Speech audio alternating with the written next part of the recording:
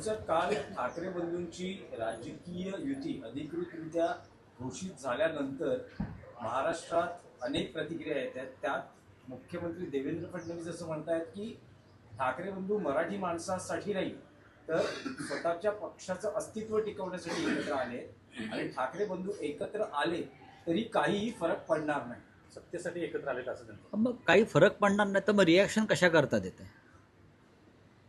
ठाकरे बंधू एकत्र आल्यामुळे काही फरक पडणार नसेल तर मग तोंडाची डबडी वाजवत्या कशाला सगळेच? अगदी काल दिवसभर त्यांचे प्रवक्त्यांच्या फौजा ही युती कशी अमुक आहे तमुक आहे वगैरे बोलत होते. त्याची गरज नाही ना, सोडून द्या ना तुम्ही. आपण 16 तारखेला याच्यावर चर्चा करू. 16 जानेवारीला बघा, ठाकरे बंधू मला सांगा की भारतीय जनता पक्षानं आणि किंवा देवेंद्र फडणवीसांनी मराठी माणसासाठी काय केलं? काय केलं?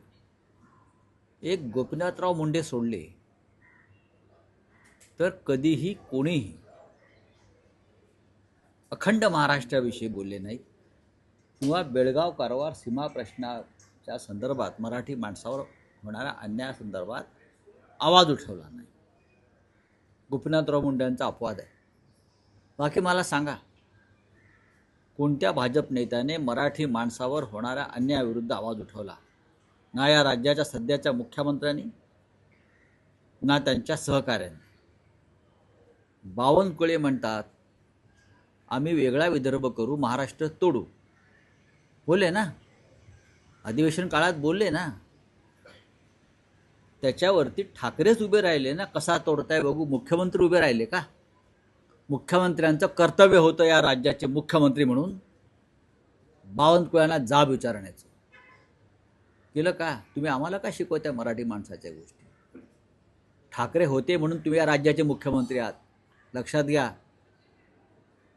बाळासाहेब ठाकरे होते आणि ठाकरे आहेत म्हणून तुम्ही या राज्याचे मुख्यमंत्री आहात. नाहीतर तुम्हाला राज्याचा तुकडा पाडून एका लहानशा तुकड्याचं मुख्यमंत्री व्हावं लागलं असतं. आम्ही ते होऊ देत नाही. ही तुमची पोटदुखी आहे. आम्ही मुंबई वेगळी होऊ देत नाही, ही तुमची पोटदुखी आहे. मुंबईला महाराष्ट्रामध्ये आम्ही अजूनपर्यंत ठेवलं आहे संघर्ष करून, ही तुमची पोटदुखी. नाही तर तुम्हाला काय, तुम्ही काय केलं मराठी माणसासाठी? दाखवा ना, तुम्ही 10 कामं दाखवा की हे आम्ही महाराष्ट्रासाठी मराठी माणसासाठी केलं. गौतम अडाणीला मुंबई विकणं म्हणजे मराठी माणसाचं काम नाही ना. गौतम अडाणीसारख्या मोदींच्या मित्राला अख्खी मुंबई विकणं किंवा फुकटात घशात घालणं हे मराठी माणसासाठी केलेली सेवा आहे का तुमची?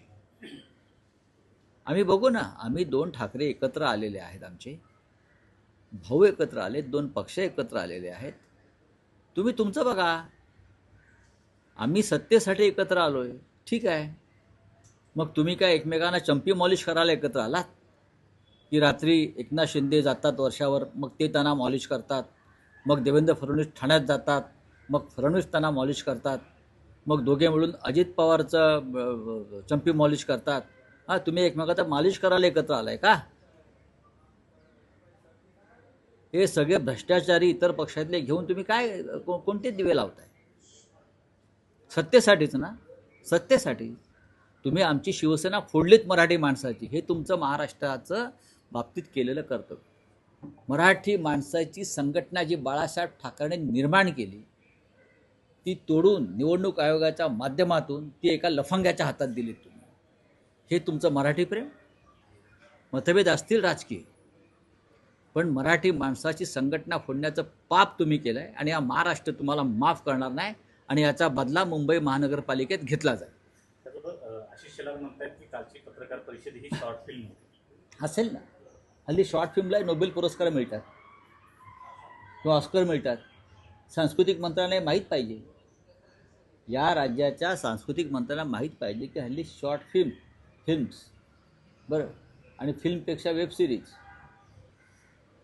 आणि त्यांना ऑस्कर मिळतात, नोबेल मिळतात, हे सांस्कृतिक मंत्र्यांना माहीत पाहिजे. अल्ला हाफिजवर मुख्यमंत्र्यांनी त्यांचं मत मांडलंय. त्यांचं असं म्हणणं की तो कार्यक्रम जिथे झाला ते ठिकाण समजून घ्या आणि जे आज मला अल्ला हाफिजवर प्रश्न विचारतायत त्यांच्या शेजारी बसलेल्यांकडून त्यांनी आधी वंदे मातरम म्हणून घ्यावं हो, वंदे मातरम मग मला म्हणतात. शिकवा. नाही नाही, वंदे मातरम तर आम्ही म्हणतोच. वंदे मातरम तुम्ही कधी म्हणायला लागलात?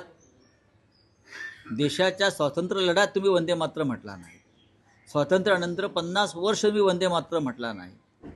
आता राजकीय अपरिहार्यता म्हणून तुम्हाला वंदे मातरमची आठवण झाली. या देशातल्या अनेक मुस्लिम क्रांतिकारकांनी, अशफाकुल्ला खानपासून सोलापुरात सुद्धा आमचे मुस्लिम बांधव फासावर गेले क्रांतिकारक. त्या सगळ्यांनी वंदे मातरमचा ची गर्जना करत ब्रिटिशांनी त्यांच्या भोवती जो फासाचा दोर आवळला तो त्याने आवळून घेतला आणि ते फासावर लटकले. फडणवीसांच्या पूर्वजांपैकी म्हणजे त्यांच्या वैचारिक पूर्वजांपैकी कोणी गेलंय का फासावर वंदे मातरम म्हणत? सांगावं ना. ज्यांचे लोक देशाचा तिरंगा फडकवायला तयार नाहीत, ज्यांच्या लोकांनी बॅरिस्टर जिनाबरोबर वाटाघाटी करून द्विराष्ट्रवादाचा पुरस्कार केला. श्यामाप्रसाद मुखर्जी हे मुस्लिम लीगच्या सरकारमध्ये होते तुमचे बापजादे. तुम्ही आम्हाला काय शिकवताय वंदे मातरम? देवेंद्र फडणवीस आम्हाला शिकव नका तुम्ही. हो सर, पुणे महापालिकेमध्ये 2017 साली शिवसेनेचे आणि मनसेचे एकूण ठीक आहे, सोडा. रावसाहेब, आजारी आहेत. नाराज असल्याची चर्चा आहे. बाळा नांदगावकर हे आजारी आहेत आणि 2 दिवस मी त्यांच्याशी त्याही परिस्थितीत चर्चा करतो आहे. शिवसेना आणि मनसेच्या या संपूर्ण प्रक्रियेमध्ये बाळा नांदगावकर दिवस रात्र काम करत होते. मला माहिती आहे. रात्री 12, 1, 2 वाजेपर्यंत त्यांच्या बैठका सुरू होत्या शिवसेनेबरोबर आणि ते आजारी पडलेले आहेत म्हणून ते काल दिसले नाही आणि आजही ते आजारी. रावसाहेब, या युतीवर उपमुख्यमंत्री एकनाथ शिंदे यांची प्रतिक्रिया आली आहे. ते असं म्हणतात की याआधी मुंबईकडे सोन्याचं अंड देणारी कोंबडी म्हणून बघितलं गेलं.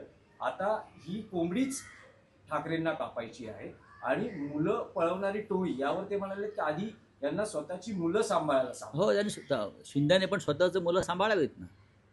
भारतीय जनता पक्ष त्यांची मुलं पळवणार आहे.